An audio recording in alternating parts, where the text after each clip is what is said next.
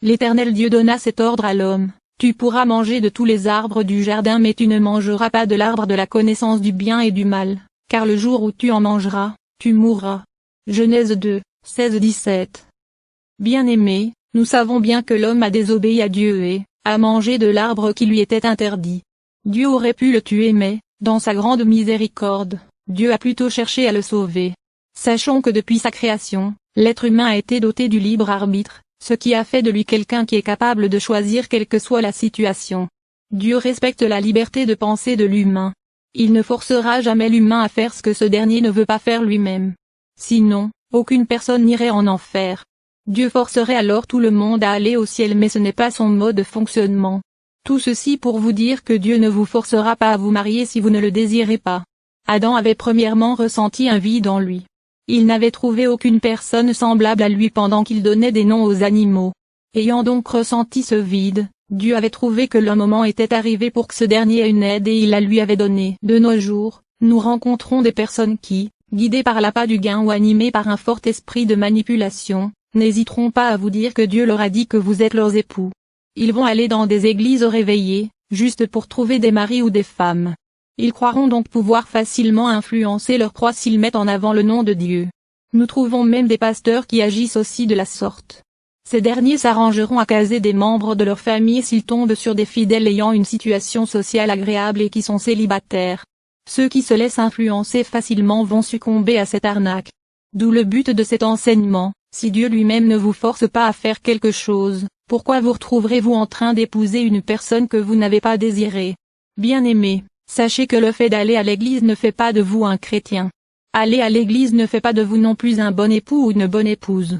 Certains hommes, manipulés par le diable, ont entraîné à la débauche plusieurs chrétiennes qui étaient à la recherche d'un époux.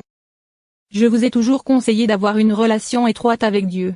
Si vous lui parlez de votre désir dans l'intimité, il s'occupera lui-même de vous trouver une femme qui vous convienne. Sachez aussi que Dieu peut parler directement à vous-même. Il n'est pas obligé de parler à d'autres pour que ce soit eux qui viennent vous dire ce qu'il veut pour vous.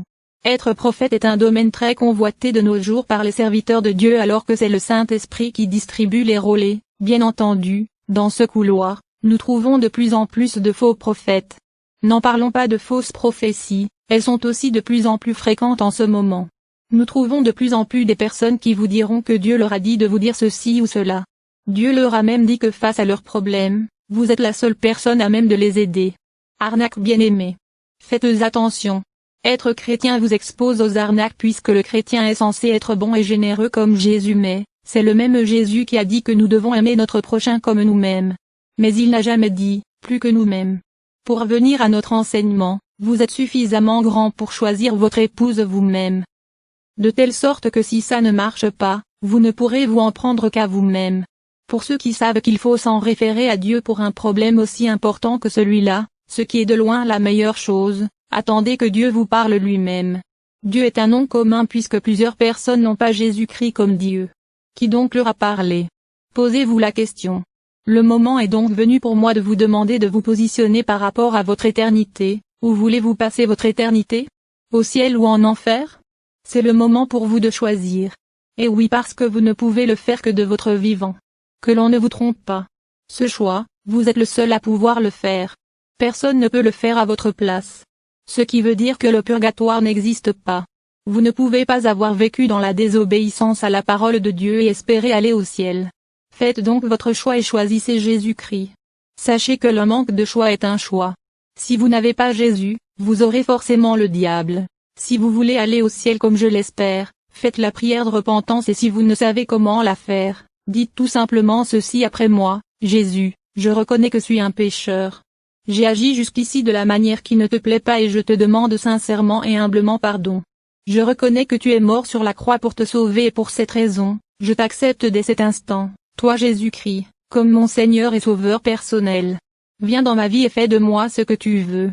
Positionne-moi là où tu aimerais que je sois. Laisse ton Esprit Saint habiter en moi et me conduire dans toutes tes voies. Merci Jésus car je sais que je suis né de nouveau. Amen.